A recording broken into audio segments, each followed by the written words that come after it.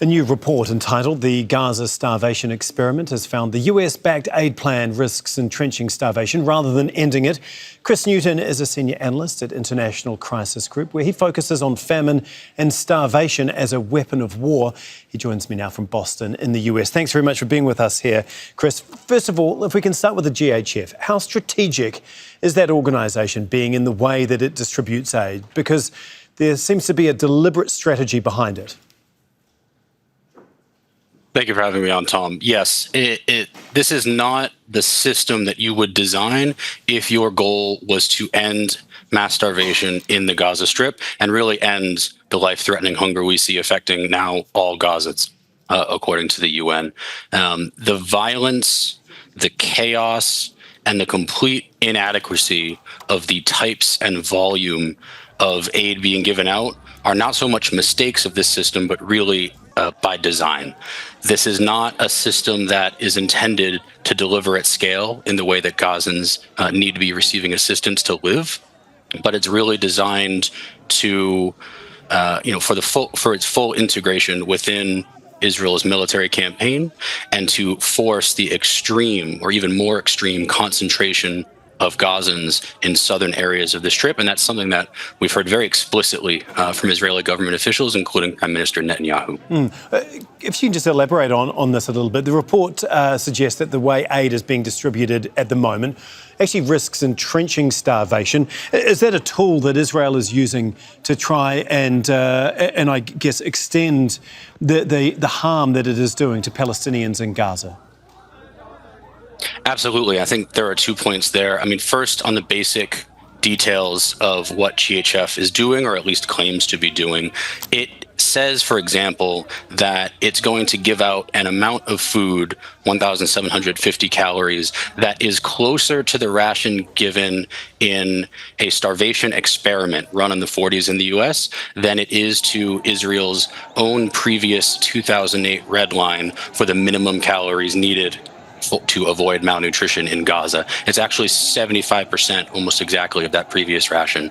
So, one of the main features here, how much food does GHF say it's going to give out per person per day, is designed to be horrifically insufficient, especially after 20 months of this war and Israel's starvation policy for the Gaza Strip.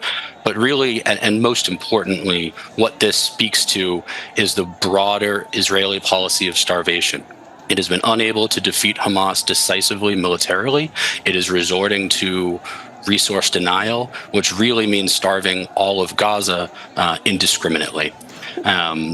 We've seen a consistent cycle through 20 months of war in which, within the broader set of restrictions that Israel has on the Strip, we found 3 times now an 80 to 90 day just about total blockade, twice on northern Gaza, most recently on all of the Strip. This blockade is then followed by, eventually, the small part of the UN that coordinates a warning system that monitors risk of famine and famine. A famine warning is given from that system, and then Israel allows a trickle, or a very small amount, for a very short time of assistance until that immediate attention brought by that famine warning fades, and then the cycle starts again. And the consistency of that pattern is one of the many things that tells us there's very clearly a policy of starvation at work here. What are the consequences of all that? And if you can just talk to us a little bit about the lack of international condemnation of what is happening in terms of aid getting to people right now in Gaza. Sure. I think one of the most important things to talk about when we talk about condemnation of this system and Israel's wider approach to the war, I think we've often seen a really heavy focus on inputs and aid access. Things like how many trucks are going in, how many meals has GHF distributed on a given day, and it's usually a conversation about inputs. It's much less focused on why is there still mass starvation and life-threatening hunger throughout the Gaza Strip. That trying to do something like tally trucks, where maybe the Israeli government claims a number, the UN claims a number, other observers claim a number, is a distraction fundamentally from the policy of starvation that Israel has made central to its military campaign. It's a policy that won't end until the war ends at this point. And so, when condemnation is focused on something like a truck count, it's really missing the point. There's no magic truck number at this point, as long as we're still caught in this intentional cycle of starvation, famine warning, and very, very shallow relief. Hopefully, for all the people in Gaza, something changes soon. That is Chris Newton for us from the International Crisis Group out of Boston.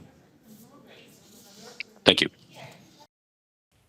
Make sure to subscribe to our channel to get the latest news from Al Jazeera.